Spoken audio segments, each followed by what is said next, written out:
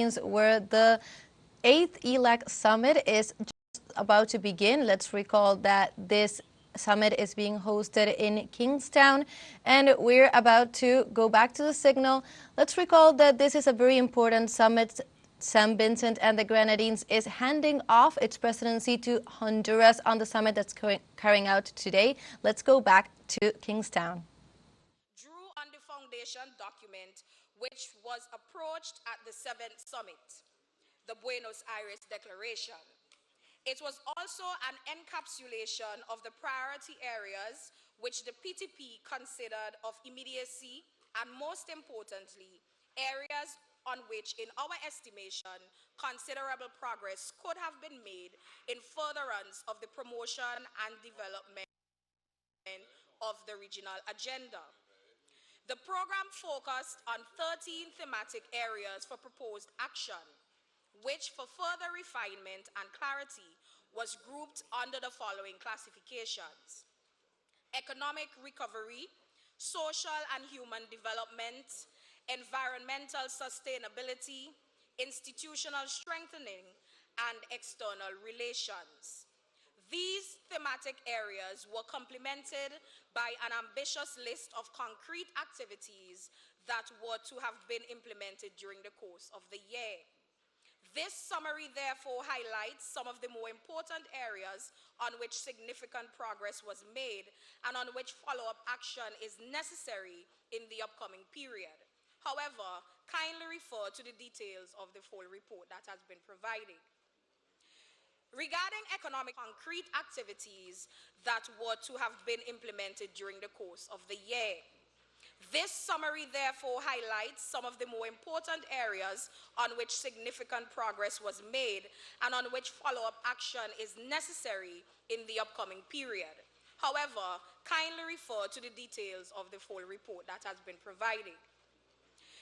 Regarding economic recovery, the PTP focused largely on promoting efforts towards a regional approach on post-pandemic recovery strategies in critical sectors of the economy.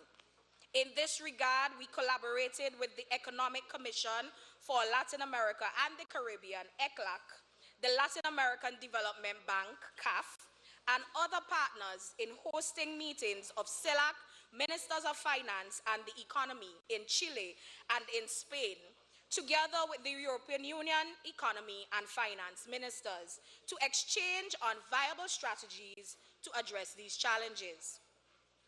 The PTP gave due consideration to science, technology, and innovation as being pivotal to the region's development. Consequently, a meeting of ministers and high authorities championed by Venezuela was held in Caracas to set the policy framework for further engagement, and this was complemented by the work of a technical working group of experts to map out and recommend a pathway towards the possible creation of a regional center for science, technology, and innovation. The initiative led by Mexico to promote the Latin American and Space Agency, ALCE, as a regional project is a critical component of the region's drive towards the promotion of science, technology, and innovation in harnessing the potential of space solely for the purposes of improving the livelihoods of the citizens of the member states of CELAC and as an instrument for development. Of utmost importance within the economic recovery process was the success achieved in obtaining the 2015 CELAC, that is, the CELAC Plan for Food Security, Nutrition, and Poverty Eradication. Several meetings of ministers of agriculture and food, as well as a technical working group, were held to discuss with relevant stakeholders and develop the draft plan. The support of the FAO, IECA, and ECLAC, among others, was critical to the success of the updated plan. Today, we can proudly table before the heads the CELAC Plan for Food Security and Nutrition 2030. As regards social and human development, the PTP identified with the proposed CELAC Health Sufficiency Plan as a priority area for attention. It was therefore considered an important goal to move towards strengthening regional cooperation in research and development, production and distribution of pharmaceuticals, vaccines, medicines, and other supplies in which the region already has some capacity. Critical to the discussion, however, was the issue of a regional mechanism to provide an overarching regulatory framework. Other areas of education, culture and the arts, women, youth and sports, peoples with disabilities and issues of migration constitute important elements of the human and social development agenda of CELAC. While there has been slow progress on some of the relevant issues, initial discussions have, however, been held with important partners such as the Organization of Ibero-American States, the OEI, on cooperation in education and training and in culture. This is work in progress, which is expected to continue under the next PTP. On environmental sustainability, matters relating to climate change, the environment, sustainable development, and disaster risk management featured prominently in the PTP's program, given our acute understanding and appreciation of the vulnerability of all of our countries, particularly the small island developing states of the Caribbean and the low-lying and landlocked countries to natural disasters. In this regard, considerable progress has been made on the CELAC Fund for Climate Adaptation and Comprehensive Response to Natural Disasters, the acronym being FACRID, which was approved at the VIII Summit of Heads in Mexico. The fund is practical and of great significance to the region, aimed at strengthening the region's capacity to face the persistent and existential challenges of natural disasters.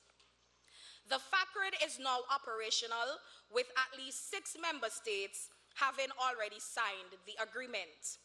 Meetings of the steering committee have been held, and funds have been approved and disbursed to 3 member states which had been impacted by hurricanes within the last year. The debate will continue on the type of structure which we in CELAC envisage for the future of this regional mechanism. It is evident that the current structure has its limits, and a number of countries have advocated change, but equally, several member countries have voiced their preference for the maintenance of the current structure. The pros and cons continue to be the subject for intra-CELAC debate as we seek to consolidate and strengthen this integration mechanism. The national coordinators continued to be the axis on which the work of CELAC spun for the greater part of the reporting period. Numerous meetings of national coordinators were held to discuss and negotiate the declaration of the EU CELAC Summit and latterly the declarations of the VIII Summit of CELAC heads of state and governments now taking place. The pivotal role of the national coordinators within the existing structure of CELAC cannot be overemphasized. CELAC recognized the value of the exercise of mature diplomacy by regional leaders to bring parties together to preserve the unity and solidarity which are fundamental to the regional project. It is with recognition of the urgent need to promote dialogue and peaceful settlement of disputes that the pro tempore president of CELAC, Prime Minister of St. Vincent and the Grenadines, Dr. the Honorable Ralph E. Gonsalves, with the support of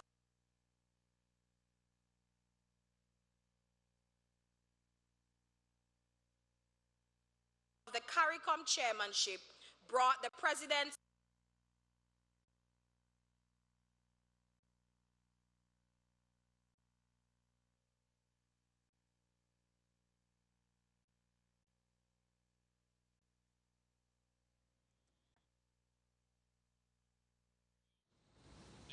We were just listening live to St. Vincent and the Grenadines, where the 8th CELAC Summit is about to take place. It's actually being inaugurated right now. We were live from Kingstown. This is a very important summit because it reunites again all regional leaders, and also St. Vincent and the Grenadines is handing off its presidency to Honduras.